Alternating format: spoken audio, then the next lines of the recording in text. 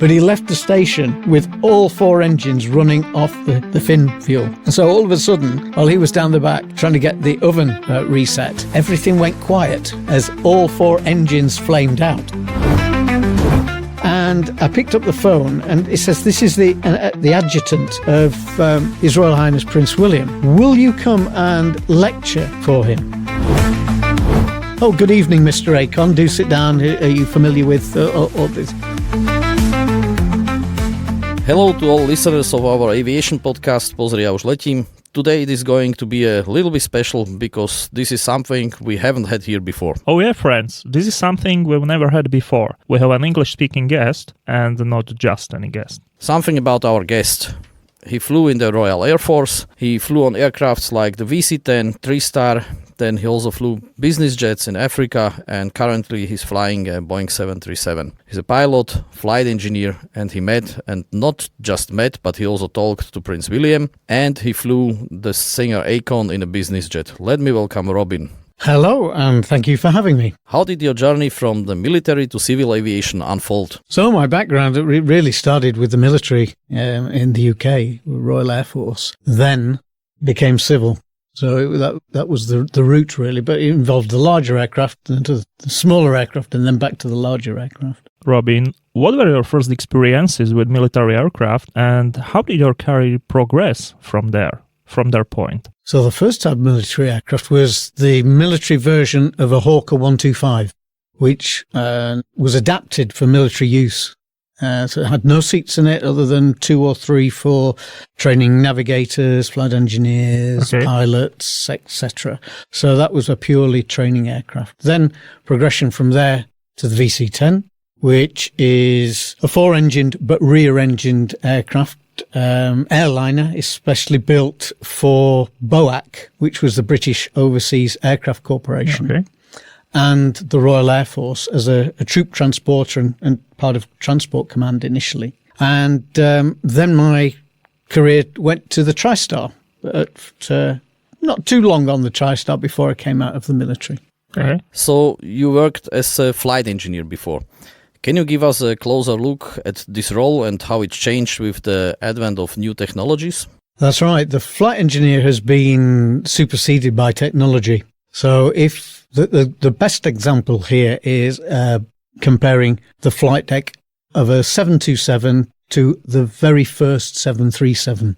The 737 wasn't the first 2-pilot aircraft. I think that actually is the BAC 111. But the aircraft that I flew needed the flight engineer because the flight engineer was a systems man. Now, a lot of technology has moved on and we've got panels now that will, for example, change the outflow valve to change the pressurization as the aircraft climbs or descends.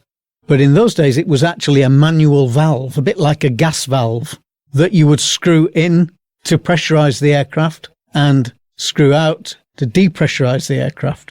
So as you were in the climb, you had to let more of the air out until the cabin had the equivalent of an altitude of about 8,000 feet.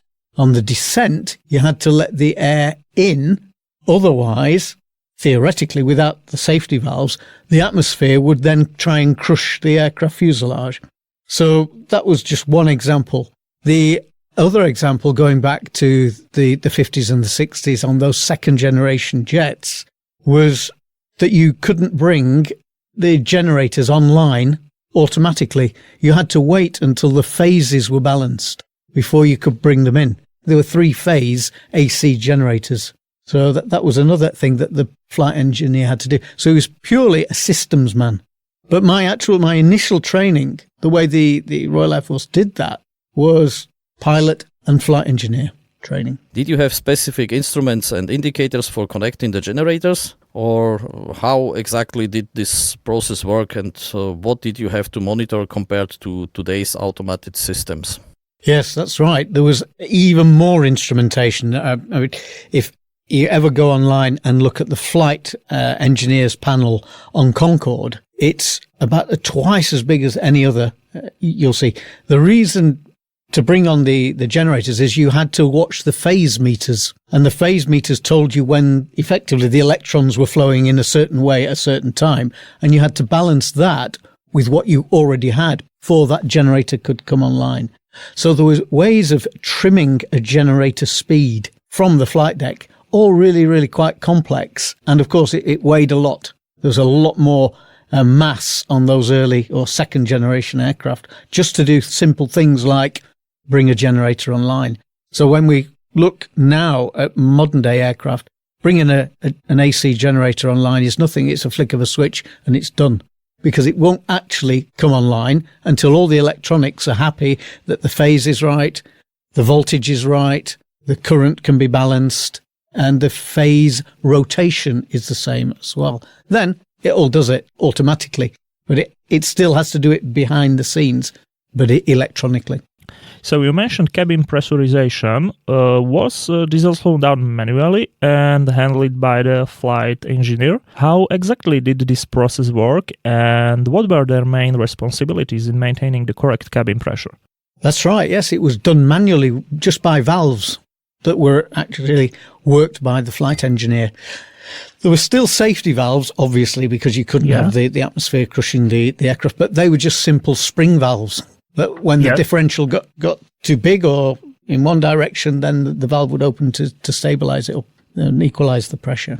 But things that we take now for granted were all quite manual tasks. And I think it's some of the Antonov aircraft actually had 2 flight engineers, because the demand on the systems and integrating the systems was so demanding. There's no way that the pilots could do that on some of the Antonov cargo aircraft. Okay, and what about safety? What happened if something failed or stopped working? Were there any backup systems, or did the flight engineer have to handle everything? There were still backups on the aircraft, but a lot of that would be in the case of a warning system. So nowadays we have ICAS. Yeah. In those days, there wasn't. There would be an individual circuit for monitoring that system, and the warning would come up on that panel light on the flight engineer's panel. Now, in some cases, they would be repeated further forward on the flight deck, underneath the main coaming,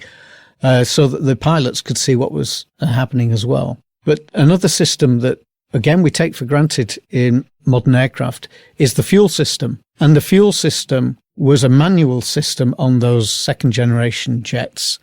And even Concorde had a manual fuel system where and the Concorde was special, but it had a flight engineer, but the flight engineer had to balance the fuel prior to the aircraft going supersonic, because you get a system, or you get an effect on a supersonic aircraft of what's called Mach tuck, where the center of pressure moves backwards on the wing and the nose goes down. Now, in aircraft we have today, that can be a problem if you overspeed, because if the aircraft overspeeds, the nose goes down and then it increases the speed again.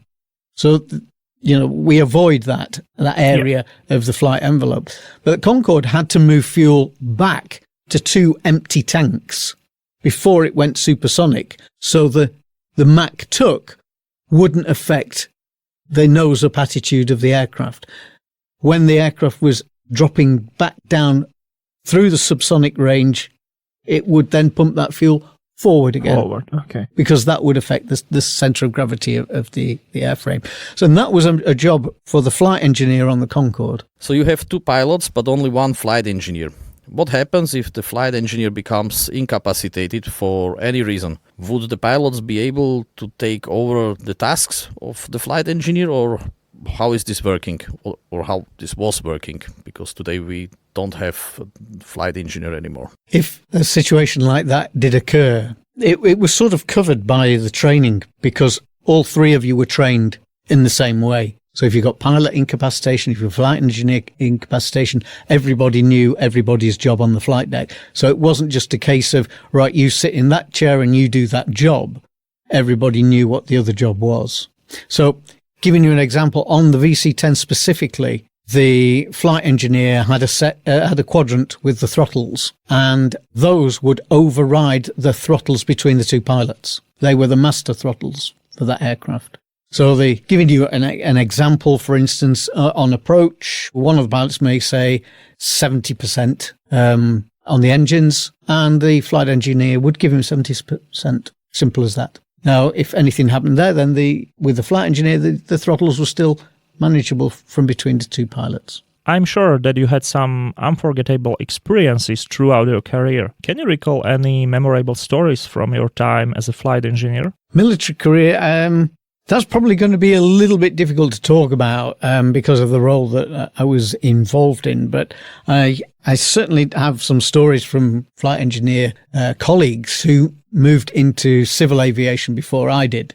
And remember, at that time, there were quite a few aircraft that still needed a flight engineer. So we're talking on the wide bodies, it was the 747, the 200 and the 300. They required the flight engineer. The TriStar required the flight engineer. The DC-10 required the flight engineer. And the 727 was still around in cargo in those days. Those Western type jets still needed a flight engineer. But yeah, I've got some great stories from flight engineers that then moved on. Okay, I can wait to hear them, because as put here, the responsibility was really huge, so those stories may be truly fascinating. Could you share at least one or two with our listeners? Well, one of my colleagues, he moved from the military into the civil aviation. He got a job on the Jumbo. And remember that the flight engineer, he was a systems man. So if there was ever a call from the back, from the cabin crew, that they'd seen something that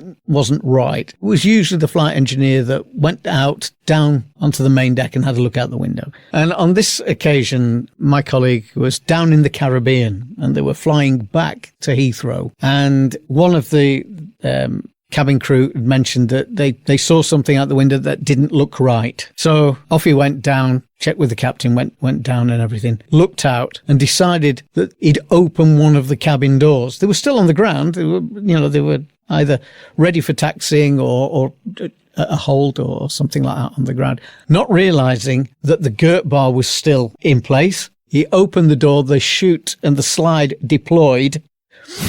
And of course, there's always a knock-on effect here. And because of that, the aircraft then couldn't depart with all those people on board because there was one slide that wouldn't work. So they had to taxi back to the stand, offload a certain number of people. Then they could depart for Heathrow. And those people were all put in a hotel by Airways, etc., and then flown back either the following day or during the next flight. So that one sort of slip-up of just automatically opening a door caused a big knock-on effect. In the notes you sent us just before the recording, you mentioned fuel in the tail tank or in the think tank in connection with an aircraft that literally sat on its butt. Can you tell us that story? I have a feeling that we know where this is going.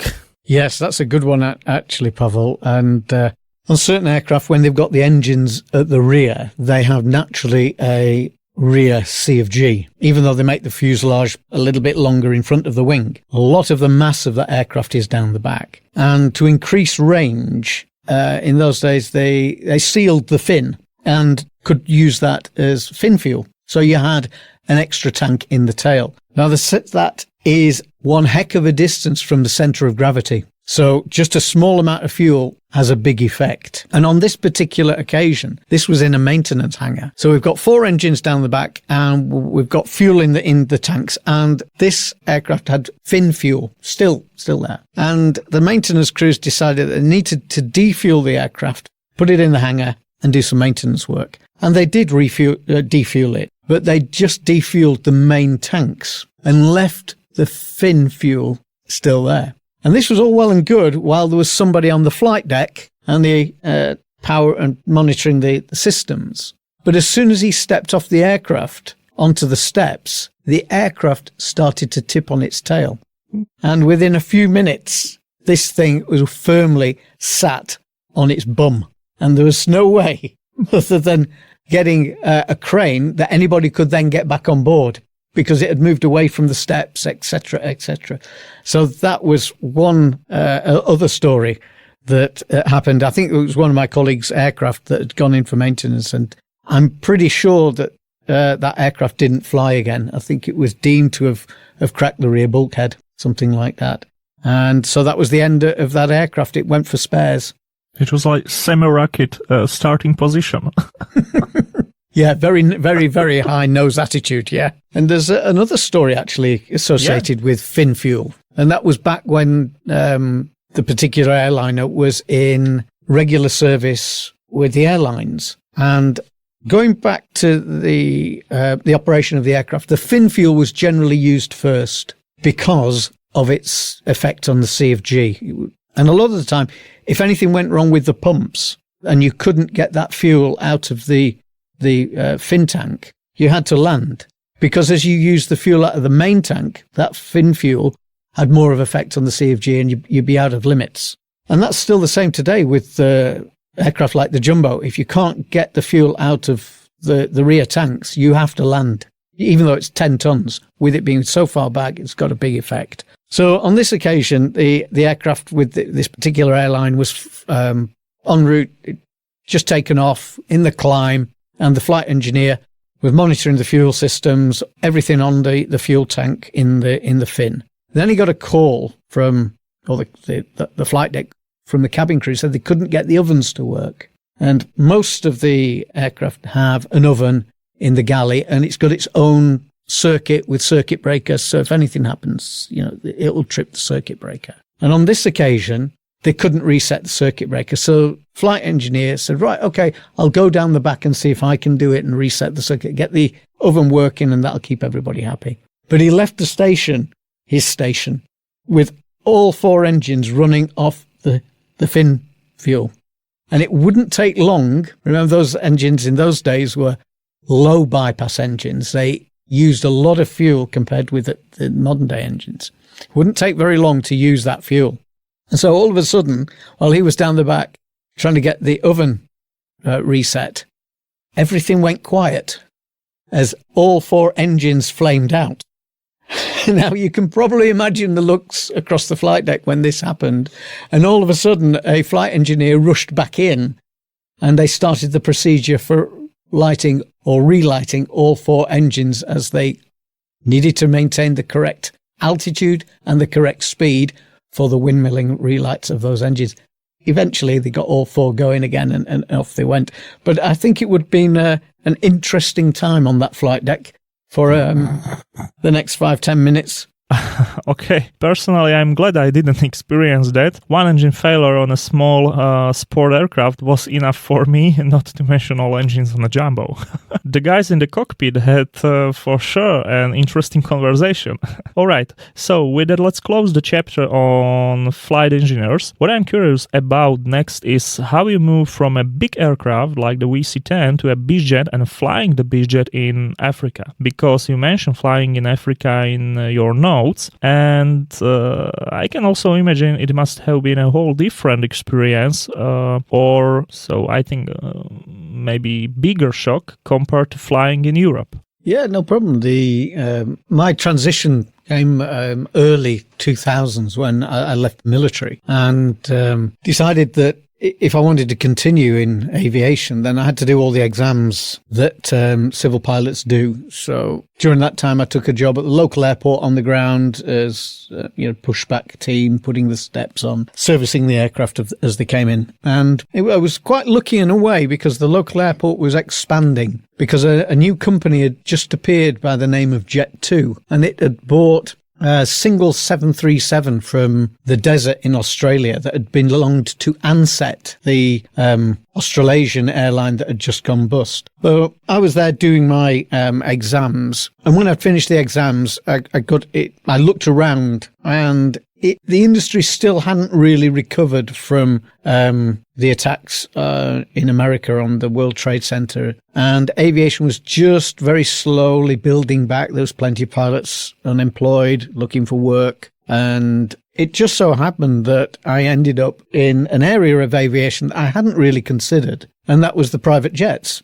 The first private jet company I worked for was in the UK, and it's very fluid. Companies have a jet quite often, and then they realize that it's so expensive that they can't afford it, so it goes, and so on and so forth. So my first job was in the UK, but the second job I got on this same aircraft, which was a Hawker Siddeley 125. which was a civil version, or should I say, the military had the version called a Domini. So I'd actually flown it many years previously, but as the years go on, they often update and update and update. This was a luxury version of this aircraft, And so I ended up working for a company in Africa, and we had the contract for the government of Chad. And sorry, and you had a type rating from military on this type of aircraft? Initially, but of course you can't transfer it. Okay. So I had to do the type rating again, but that wasn't a problem. But the second job I got was in Africa, and we had a contract with the Chadian government. And I was based in N'Djamena, and we would fly the presidential family, we would fly government ministers, we would fly chiefs as well, tribal chiefs. And this could be all over that area of Africa. In fact, we could get as far as Cairo and on the Hawker 125. But mainly our work was in and around Chad, Nigeria, Niger, Central African Republic, and that central area of Africa. I can't really imagine those conditions, just a runway in the middle of nowhere or only asphalt or a concrete strip. So as I mentioned earlier, the difference compared to Europe and let's say North America must have been huge. It must have been totally different. Was it really that different? Good question. Very different from everywhere else in the world. Africa hasn't progressed at the same rate. But by the same token, Africa is a huge continent and people still need to get around. So using aviation is often the only way to do it. Certain countries get rainy seasons where the roads are impassable and yet you can still fly because they built a runway, and quite often it's a runway and that's it. And I remember flying into one area, I think it was Cameroon, and we flew into the airport, we landed on the runway, we taxied off the runway, and that was it. There was nothing. It was, as far as the eye could see, you could have been on the moon. There was just nothing there. And we had to wait for the arrival of either a chief or a minister or some VIP, and then take them back to N'Djamena. But the other problem with African aviation is not only the technology, because people can be trained to use the technology, but quite often just the very basics aren't there. So, for instance, don't expect radar coverage. Okay.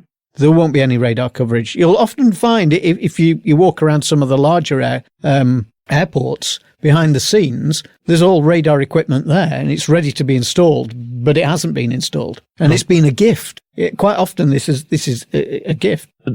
I can't really imagine how this worked. So there was no equipment, no radar coverage, on the controller couldn't see you. So how did you announce, hey, I'm here on the radio? Of course, you used your call sign and provide things like your altitude, but he couldn't see you on the radar. How did this whole process work? So if you're on an airway, so you're flying in the cruise and you're on an airway, you give a position report.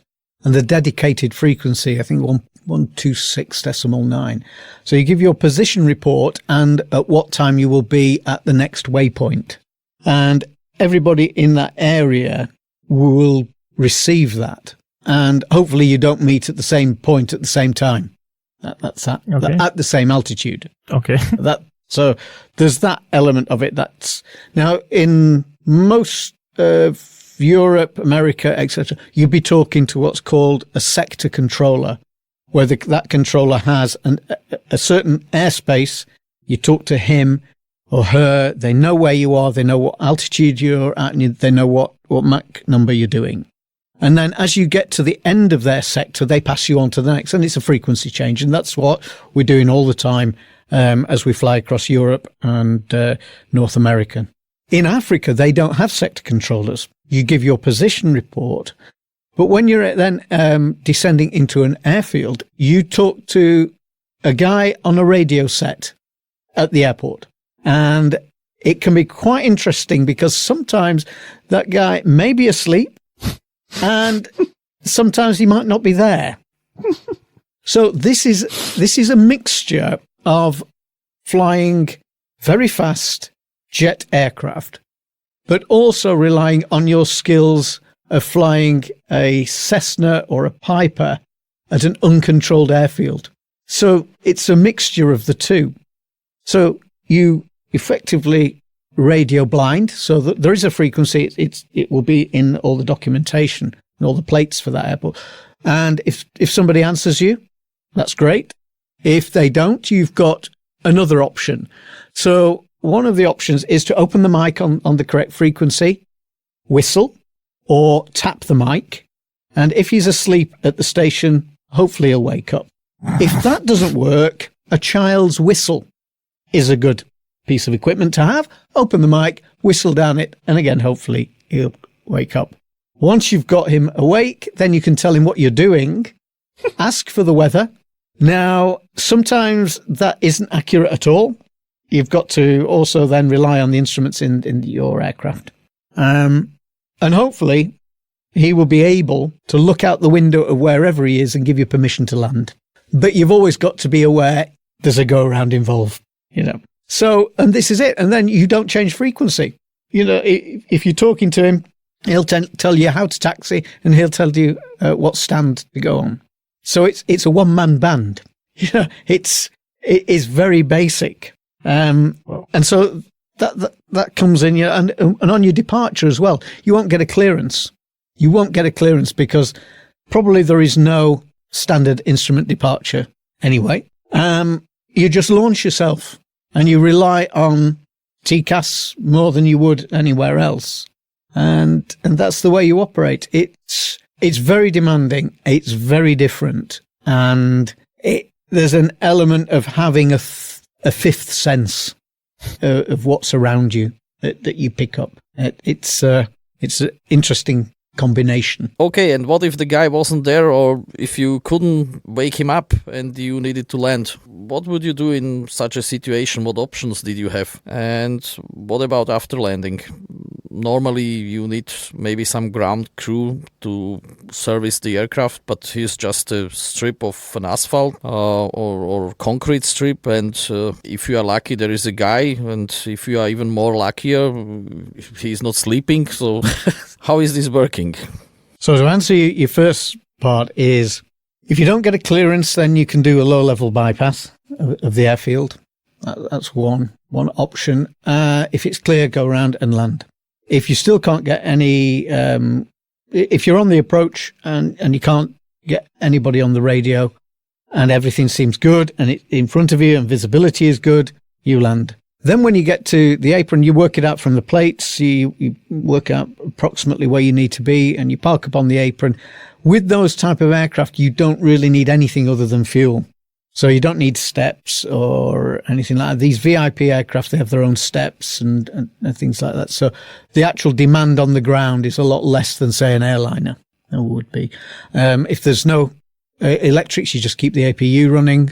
That's good enough. And then when everyone's off, if you're staying, you just shut the shop up. And a strange thing that you don't get on Boeing and you don't get on Airbus is these private jets, you can actually lock them like a car, whereas a Boeing and Airbus, they don't get locked. There's always somebody there, either maintenance or ground crew and so on. I'm still thinking that it's just a strip of concrete and some area around, so no buildings, no fences or anything like that, right? How does this work with flight safety and airport security? How do they handle things like screening people going to the plane and that kind of stuff? Okay, I'll answer that in two ways. I'll do the safety and the security side. Just going back on one item, we take landings for granted in most of the Western world. And we use a system called an ILS, which is an instrument landing system. And it allows the aircraft to effectively fly down a radio signal until it's over the threshold of the runway. Now, going back to what I was saying, that sometimes you've got somebody to give you permission to land at these airfields in Africa. Sometimes you don't. When I was flying out of N'Djamena, our diversion airport, if we couldn't get back into N'Djamena, and you have to deal with different things like sandstorms, for instance, which you would never really think about. Yep, that reduces your visibility. So our diversion was a place called Maiduguri, which was the northeast of Nigeria. And it's probably been on the news in the last 10 years because there's a militant group called Boko Haram that kidnapped a lot of schoolgirls and disappeared with them. So this airfield was our diversion. And a couple of times we did need to go there. But every time we were cleared by air traffic control at Maiduguri onto the ILS and cleared to descend with the ILS. And every time we tuned the ILS, there was nothing there. And the first time it happens, you get closer and closer. You're looking for the signal and nothing's there, nothing's there. But you can see it, so effectively you land visually. When it happens for a second time that you're cleared to the ILS and it doesn't work, then you start asking questions. And on this particular occasion, I went up to the tower and I said, "You cleared me for an ILS?" "Yes," is the answer. I said, "Well, this is the second time we've been here and we didn't get any signal, nothing on our instruments to say we could tune in the ILS." Answer, "Yes." So after a while, you probe a little bit further. And what had happened is the cables supplying the power to the antennas of the ILS system had been stolen for the copper value. But this is Africa, remember, because you always say that to an aircraft approaching, the guys in the tower have continued to say that phrase. So irrespective of whether the equipment worked or was there, it says you should say this at this particular point. So they continued to clear traffic onto an ILS that wasn't working. So that's another safety element. It is a big step from what we're used to in the West. But in terms of security, some of these airfields, as I said, it's a strip of tarmac or more likely concrete in the middle of nowhere. And that means that you can drive your sheep across it if you want. If you've got a herd of goats, that might go across because it's the shortest distance. And I remember being in Nigeria at a particular airfield. We just landed and we were backtracking. And of course, you backtrack and taxi at a lower speed so you can see things a bit more clearly. And I could see bits of cloth in the land between the runway and the taxiway. And then I realized that these were people and they were bending down. And then I realized that they were tending the crops. So there was food growing between the taxiway and the runway in what we'd normally have as the grassed area. And this wasn't the only thing. When we were backtracking and taxiing at this particular aircraft, there were people walking across the runway as if there was a public footpath there, oblivious to the fact that we were on there. It really didn't matter. They'd done this all the time, so they just crossed the runway. So that's another safety aspect. But of course, there's the security aspect as well. And that is that these airfields do not have fences around them. The security of getting to an aircraft just from the surrounding area, there's no barriers to stop people getting to an aircraft. And that's when we get the occasions where people stow away on aircraft. They hide themselves away. And they get to other countries just by hiding themselves in the fuselage. And so that also brings the security of what could be placed onto an aircraft. Where's that aircraft going? Now, generally, these airfields, you're going to be internal. You're going to be domestic within that country or maybe to the next country. But wars, disagreements, they can flare up overnight in Africa. I mean, one example was we flew to Niamey, which is the capital of Niger, and we were picked up at the airport to go to the hotel, and there was absolutely no traffic on the roads, only our taxi. And it's a large dual carriageway heading into the city. There was nothing around. And so I asked the driver in my best French, I said,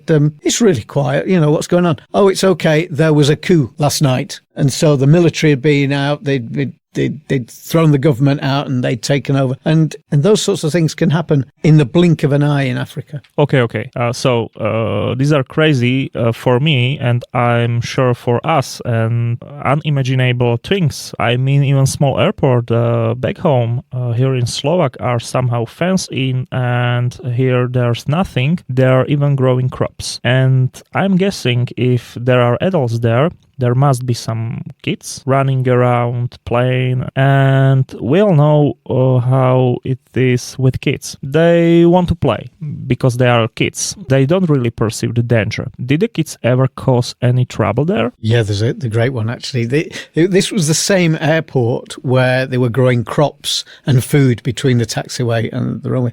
And the next day we were departing with VIPs on board, and we had to backtrack along the runway to depart. and looking straight ahead at the windows on the flight deck, you see there was a fence, and behind this fence were children, all these little faces watching us. Oh, that's a bit strange. You don't tend to get this in the UK or in Europe and places like that. You may get spotters who are there, but this was something quite different. Anyway, we went into the loop behind another aircraft. The aircraft in front of us went onto the runway ready to depart, and I caught out the side of my eye what those children were doing. They were waiting for the jet blast, and they were hanging onto this fence with their fingers as the jet blast threw them off their feet, and they were mid-air holding onto this fence. And there was about 10 or 15 of them. So we knew exactly what was going to happen when we did it. Now, we did have a bit of a chuckle on the flight deck of whether we should use full power to take off, but I can't remember what we actually did on that occasion. But it was interesting that they were there purely for the jet blast. Yes, they were there like flags, just waiting for the next aircraft. It was amusing in a way. It was quite fun. But as we've known, that it can be a dangerous pursuit, and I think somebody was killed the other year. A lady was killed in St. Martin, where they wait for the aircraft jet blast. That life is very cheap in Africa. It really is. It's a different mindset than you'll get in Europe. Well, I'm not really sure what to say about it, but I'm thinking we don't really know many famous people like African politicians.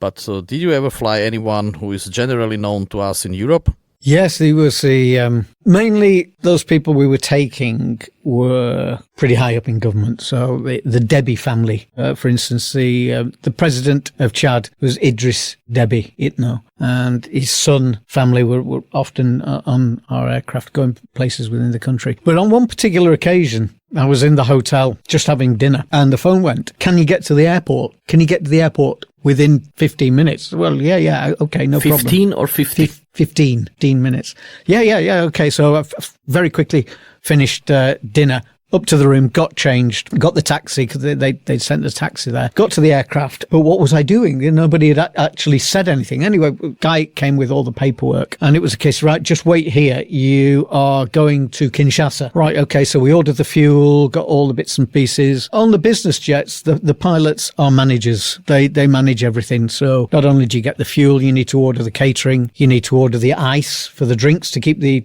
drinks cool in the cabinet, all these extra things that normally you wouldn't bother with flying commercial jets, the airlines. And anyway, so we got the fuel and everything, just waiting for this. We were told it was a VIP coming, and that's all you're told. And eventually this gentleman, he appeared at the steps. I welcomed him on board, because sometimes you have a single cabin crew member, other times you don't. So you've got to take on that role as well. And between the two of us on the aircraft, we took it in turns. It was my turn. So this gentleman came on board and shook my hand, and he said, "Hello, I'm Akon." And I naturally said in my British way, so, "Oh, good evening, Mr. Akon. Do sit down. Are you familiar with all this?" And so we departed N'Djamena down to Kinshasa, landed at Kinshasa, and we served the drinks and the meals that we had there. And I got talking to him at one point. I said, "So what do you do?" I'd never heard this. He could have been anybody to me, but he turned out, only found out this later, that he was a famous singer. So perhaps it was pretty uncool to call him Mr. Akon, but he needed to get to Kinshasa because he was doing one of these talent shows where he was a judge. And he'd flown over from the States, he'd flown into Europe, and I think he'd got to Paris. And the next flight out of Paris down into Africa was a flight Paris-N'Djamena. So they put him on this flight to N'Djamena, but then there was nothing from N'Djamena onto Kinshasa. And we stepped up to the plate and we did that flight for him. And that was it. It was as simple as that, really. But it was only afterwards I got back to the UK on my leave, and I was talking over to one of the neighbours, and they had a young daughter, and I mentioned this guy called Akon. Oh, well, you should have seen her face. It lit up. What, you've taken Akon? What was he like? What did it? Well, I can't really remember, but that was one very, very interesting VIP that I knew nothing about, but he was just a nice guy anyway, Okay, you were probably one of the few who addressed him as Mr. Akon, but okay. I'm also thinking Africa is also about weapons, a lot of weapons, we know it. Do you have any interesting story about that?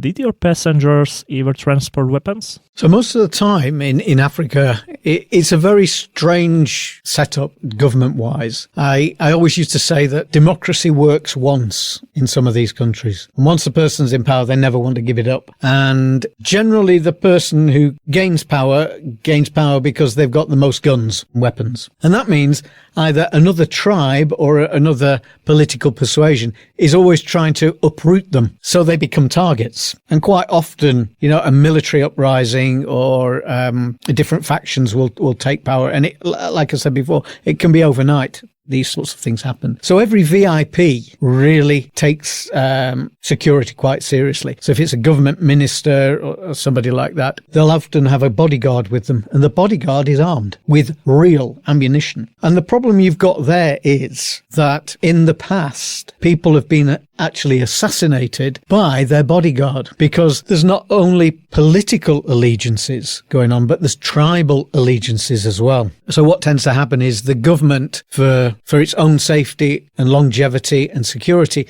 will tend to be of one tribe. In some cases, there will be members of other tribes, and you can get the case where your bodyguard, because he's in the military, tends to come from every tribe, or any of the tribes, can be the bodyguard. And we had this situation where if we took anybody from the government with their bodyguard, then we had to separate the ammunition from the weapon. And that means, well, as we were flying along at 42,000 feet in the Hawker, looking down, not only did you have the instruments there, but you had a handgun at the side of you or a magazine with bullets in, which is something you would never get flying an airliner.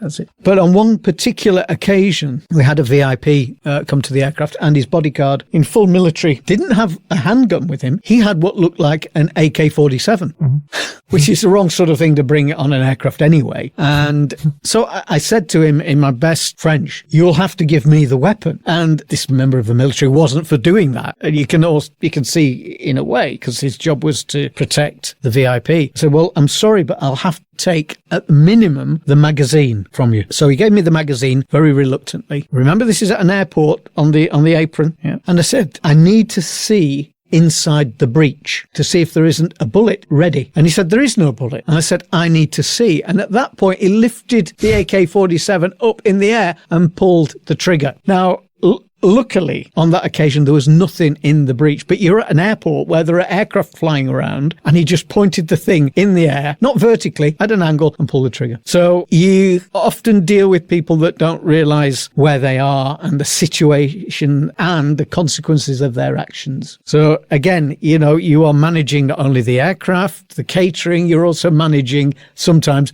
the people of the people. It gets quite involved, as you can probably imagine. So you are managing people's people. That's great. One more thing. I fly as a doctor with HEMS, Helicopter Emergency Medical Service, and I know that our company has also a BizJet for patient transport. So we don't just fly helicopters, but fly also jet. Did you ever do our ambulance missions transporting sick or injured people, known as medevac? Yeah, the Hawker Siddeley 125 it really is a very robust, heavy bizjet, really. But it's very capable. And these absolutely immaculate seats and tables and everything that are there for the VIPs, the actual seats are almost like an origami piece puzzle, in that you can turn them into a flat bed. So you can actually put a stretcher on them.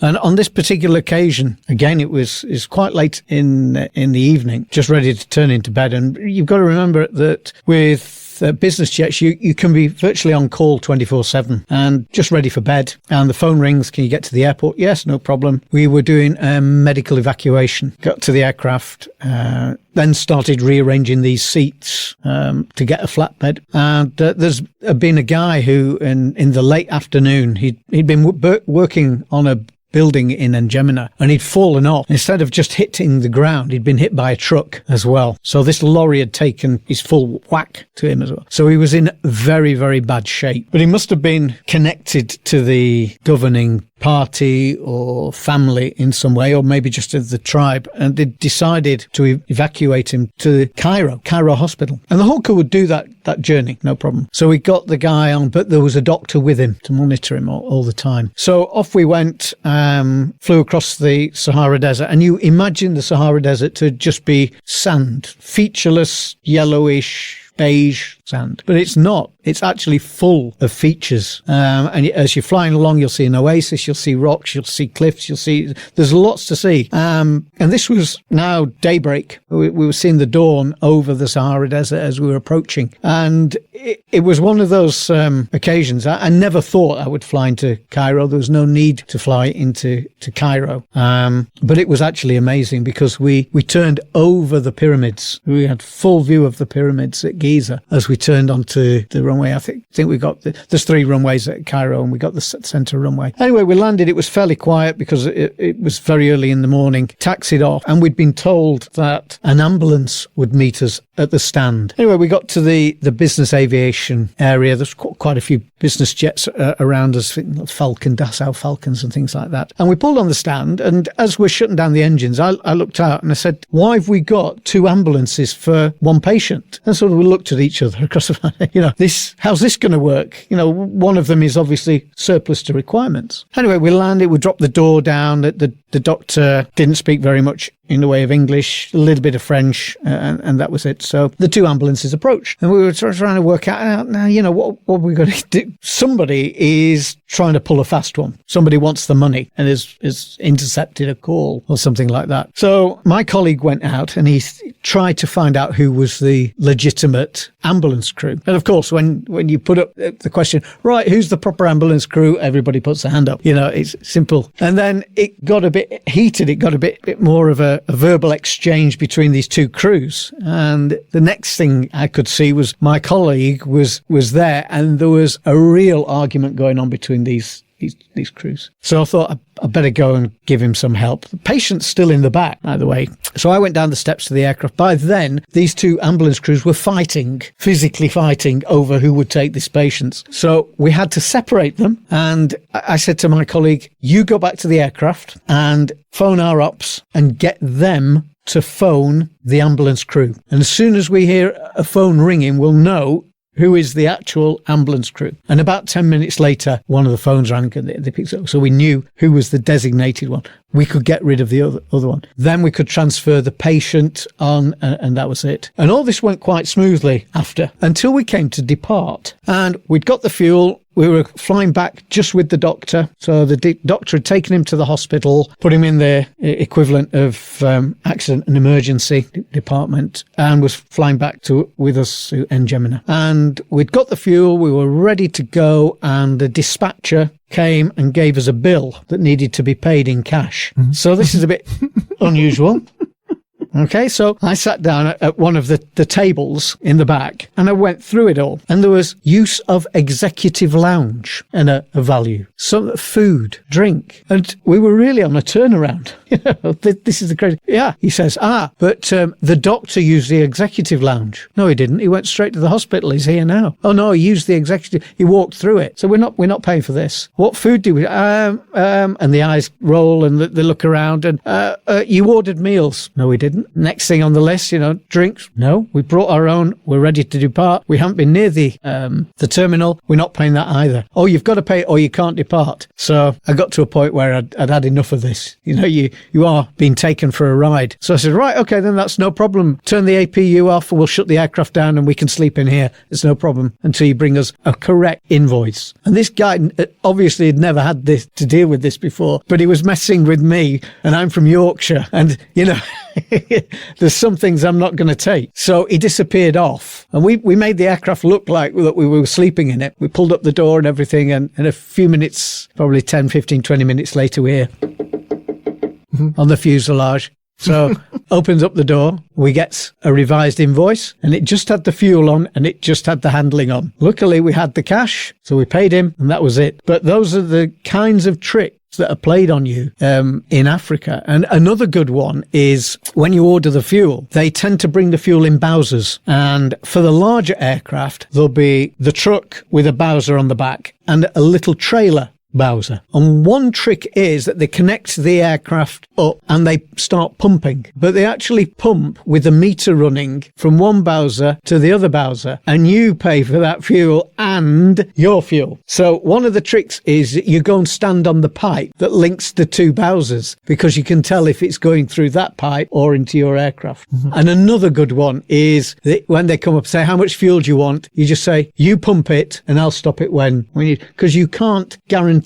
that they'll do as you say. And this happened to, not to me, but this happened to a colleague of mine who was flying a Hawker in Africa as well, not for the same company, but he'd left the aircraft while he'd gone to report into the terminal and put a flight plan in, because you have to do that yourself in business aviation, whereas it's all done with the airlines. Your flight plan is your responsibility. So you file the flight plan, and he'd gone leaving the refueler to fill the aircraft with fuel. And when he came back, one wing was lower than the other because they'd put fuel. What you were supposed to do on the Hawker was half fill one tank, then move to the other tank, completely fill it, and then back to the original tank. So you didn't put a strain on the torsion box of the fuselage. And this guy just filled one tank full. And so that was a whole set of problems then, because the maintenance had to come from Paris and had to check this all through. So everything is not what you see in Africa. I think that's one of the main things that you can take from it. What you would expect doesn't always happen. So check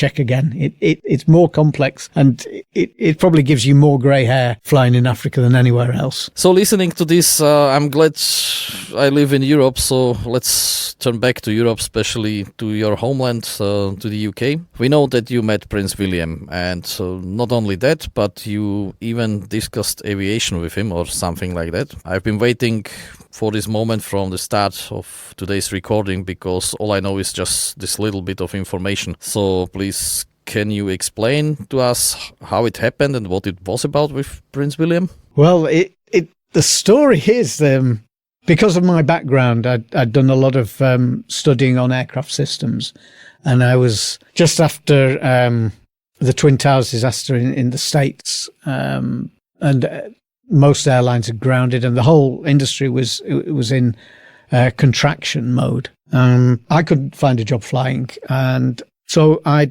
gone to lecture aviation, and I did this for about 3 years, just while aviation picked itself up again and got itself moving.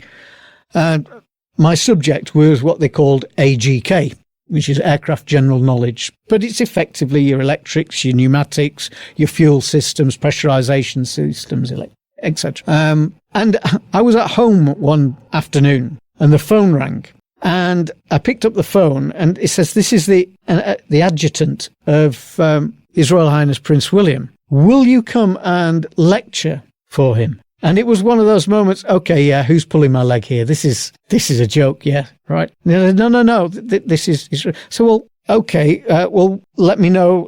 You need to let me know a little bit more. Oh, well, he's coming out the military and going to fly the air ambulance, which I'd heard about on the news anyway. So that wasn't a big thing. But of course, coming out the military, he had to do exactly what I did. It was just do all the civil examinations and the course. I said, "Will you come for half a day to Kensington Palace and teach Prince William?" I said, "Well, yes, okay." And it started to sound more legitimate as the conversation went on. So, yeah, all right, then, okay, I can do that. And then, of course, the phone goes down, and you think, my God, was that real? What am I going to do? And I thought, well, it basically just do what you normally do, but it's on a 1-to-1. Or maybe it's a 1-to-3. Maybe it needs bodyguards. All these things go through your mind, because this is somebody who is known around the globe. The British royal family are known everywhere. In fact, people would come up to me when I was in Africa, sometimes in a little village, and they'd come, and the 3 questions they'd ask actually was, "Do you know the Queen?" The other one was Manchester United. Okay, I'll let you decide why that is. And the other one is, "Do you know Margaret Thatcher?" And it's those names that they've gone around the world, and they've even found their way into talk and conversations and a bit of celebrity and gossip in little villages in Africa. Those people's names get there. Anyway, so I digress slightly, but I was given a date, and I was going in the morning to teach at Kensington Palace, and I thought, right, I'll take a laptop. Good thing. Better take one of those projectors so I can project, because you don't really want to look at a small screen, you know. So laptop, projector, I think that's, and I had to take my passport. So I found out where I needed to go. I got the train down the night before to London and got the tube to South Kensington, got off the tube and did the last little bit on the walk. And I just walked up to a hut. It was very informal to say this is a royal residence. It's a palace, and it's almost a medieval palace. It goes back to the 1500s, Kensington Palace. Very old, very old. And I walked up to this hut, and security gentleman says, "Can I help you?" I said, "Well, yes, I don't think you're going to believe me, but I'm here to teach Prince William." And he went, "What's your name?" I gave him a name. He went, "Oh, yes, have you got your passport?" Handed him my passport. "Yeah, somebody will be with you in a minute." And it was as simple as that. Anyway, this lady appeared. She said, "Just follow me." And she took me around and it's, you know, it's black brickwork. It's very, very old. It's also like, almost like gas lights in these quadrangle areas. And so we crossed a courtyard and into another building and down this corridor. Right at the end of the corridor was a room. Just wait in there, please. So I said, "Is this going to be the teaching room?" He said, "Oh, yes. All right. I'll set up the equipment." So I'm there with the equipment, setting it up. I used one of the walls as a screen and everything. And all of a sudden, the door opened fully. A gentleman steps in, and right behind him is Prince William. And he's like, "Is this real? Am I actually going to wake up in a minute?" You know? So I introduced myself, and he said, "Right, okay, you know, I'm here, I'm listening, and I'm take notes, and just lecture away to me." So I did the morning's lecture, and I said, "Right, thank you very much. You know, is there anything you want me to go through again?" No. He says, "Oh, that's fine." Then he disappeared for lunch. I was given lunch, but same lunch. And the adjutant who I'd spoken to on the phone came to me and said, "Is there any possibility you could do this afternoon as well?" I said, "Yeah, sure, yeah. So we can cover more. This is such a wide topic, is aircraft systems. So I've only really just brushed on it lightly." "Oh, if you would, the Prince William would be really grateful." Okay. So we carried on after lunch, and at the end of about 5:30, the adjutant came back in again, and he said, "Will you come tomorrow?" And I went, "Yeah, sure, no problem." So I did the same thing again. And it was just, you know, when people say, "What's the highlight of your career?" That's definitely got to be a highlight, because I don't think that's ever going to be repeated. I won't do that again. And it was just something so unusual, but at the same time, it was very enjoyable. Just sat in a room, not dissimilar to this, just talking about aircraft with the future king. You know, it's one of them. So yeah, that was a very interesting few days. Great, you know, I really enjoyed it. I hope he did do it, and he did pass his exams, by the way. So that's even better. So in the end, it was 2 days or more? It was 2 days. Yeah, it was only supposed to be half a day. It ended up being 2 days, so that was enjoyable. It's amazing. Yeah, I even got to serve the tea. You know, this trolley came in, a natural break in proceedings. This little trolley came in with fine china and biscuits and on little paper doilies, and you know, I served the tea up. It was an amazing experience, really. But here's a little add-on. Prince William was flying helicopters, and apart from pressurization, the systems are virtually the same as an airliner, with a few little subtle differences on hydraulics and how you change pitch hydraulically on the rotor and the tail rotor. And I was trying to get this principle over in simple English. And I just said, we could do with a model, because whenever I was lecturing, we'd generally have a model that you could point to and show, just to visualize, because some people are visual learners. And it just helps. I said, I could just do with a model of a helicopter, even a toy helicopter will do, just something. Right, okay, Prince William stands up, opens the door, says something. In about 10 minutes, 3 toy helicopters appear. And I'm thinking, these are from Prince George. There's no way that they've been out and bought these helicopters in that time. So here I am pointing at a toy helicopter and saying, well, see what this is. Well, this is hydraulically operated and such with Prince George's helicopter. So that was absolutely a real nice little twist to the day, that. So it was really informative, interesting, also educational, and we even had a good laugh. Robin, thank you so much for taking the time to join us. Thank you. It's been my pleasure. Ďakujem. Yeah, we really appreciate it, Robin. And to all of you listening, make sure to share our podcast on social media. And comment if you like this episode and let us know what you'd like to hear next or which guests you'd love to have on the show. Robin, once again, thank you so much. Ďakujem. Thank you.